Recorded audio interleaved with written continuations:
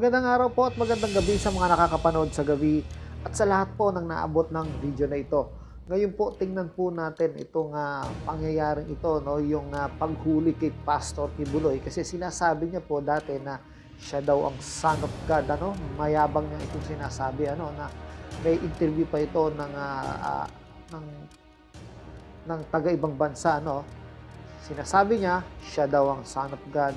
At may sinasabi siya daw ang may-ari ng daigdig. Ano? Pinahinto niya pa yung lindol.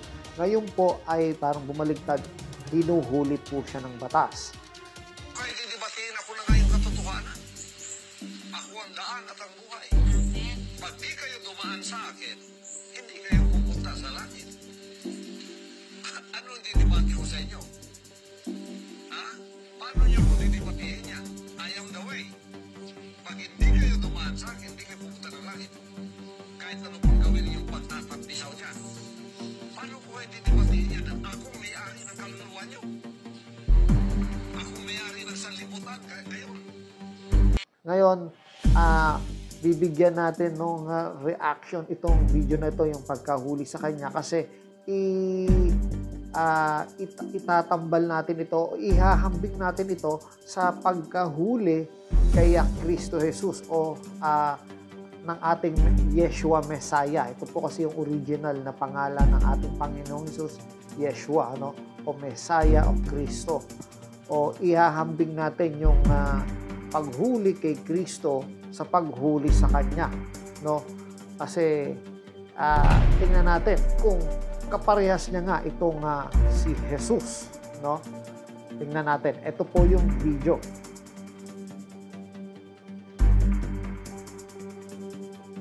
So ito yung balita, no?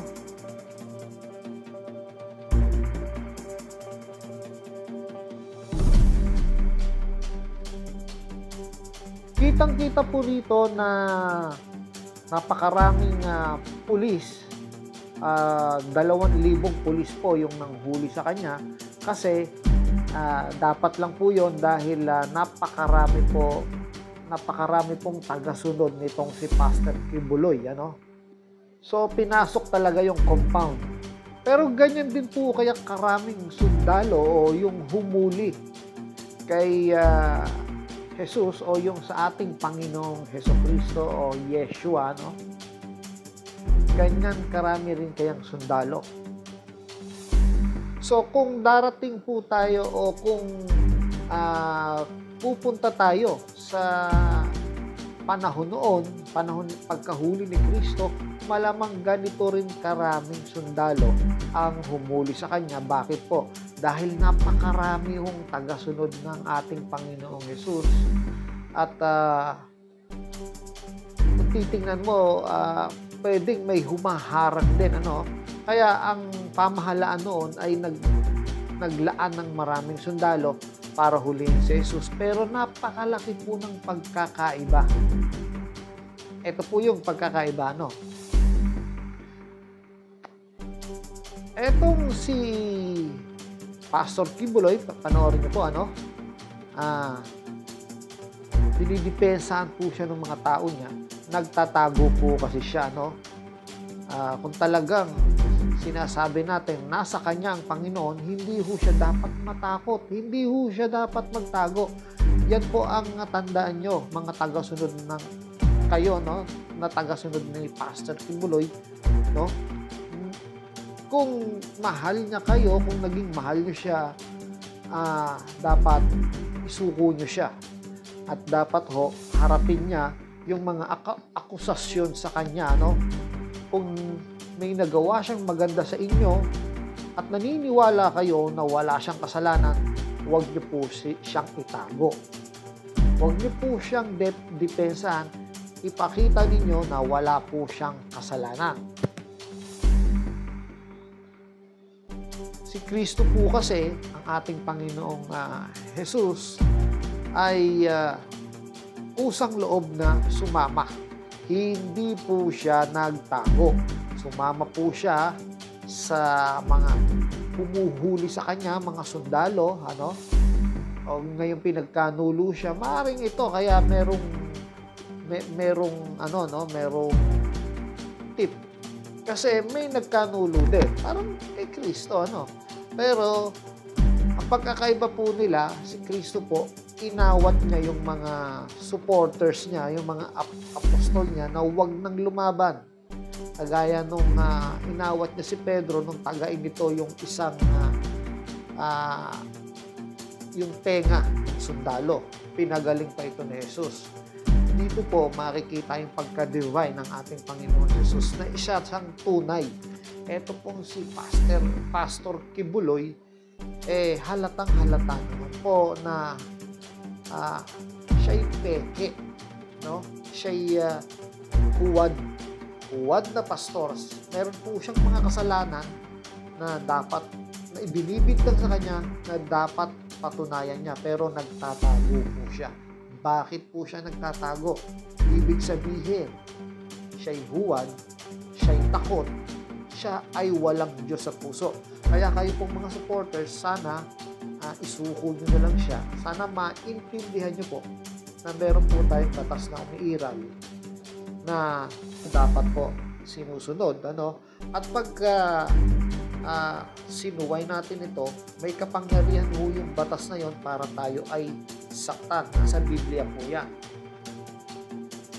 Ang bawat tao'y dapat pasakop sa mga pinuno ng pamahalaan sapagkat walang pamahalaang hindi mula sa Diyos at ang Diyos ang nagtatag ng mga pamahalaang umiiral.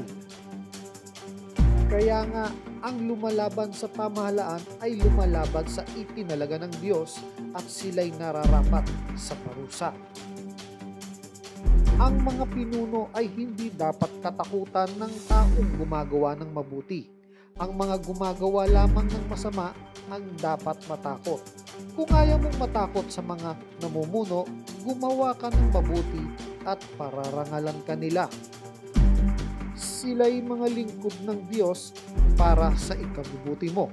Ngunit kung gumagawa ka ng masama, dapat kang matakot dahil sila'y may kapangyarihang magparusa. Ang hamon ko po sa inyo, mga tagasunod ni Kibuloy, isuko niyo po siya kung talagang wala siyang kasalanan. So, naalala ko, no? Sinabi niya, no? I am the Son of God.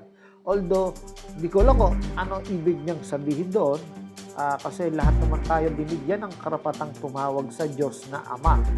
Ibig sabihin, tayo ay maaring ituring ng Diyos na kanyang mga anak. No? Hindi ko alam kung ganon, pero sa sinasabi niya na yon, mukhang ipinapantay niya yung sarili niya kay Kristo. Ano? O sinasabi niya mismo na siya yung Kristo. Pero kung ganon, dapat pangatawanan niya yon. Dapat sumuko siya, hindi dapat siya matakot. Hindi dapat siya magtago. Kasi si Kristo, kailanman, hindi po siya nagtago. Parati siyang nandyan. Diba? Yun po yung kaibahan ng peke doon sa katotohanan. Dapat alam niyo po yan.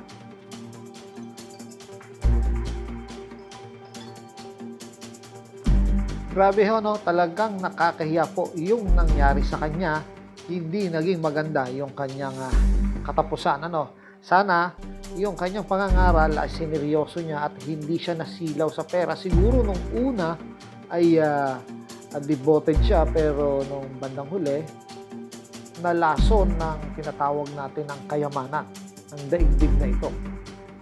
So, yung pangyayaring ito sana ay magsilbing aral sa lahat ng mga pastor na nagbabalak. No? Ang Diyos po ay palaging may hustisya. Huwag nating kakalimutan ng mata ng Diyos ay nasa lahat ng lugar.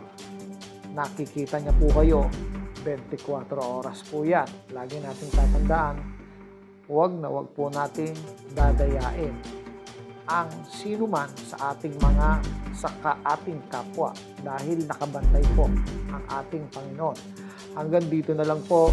Maraming salamat po.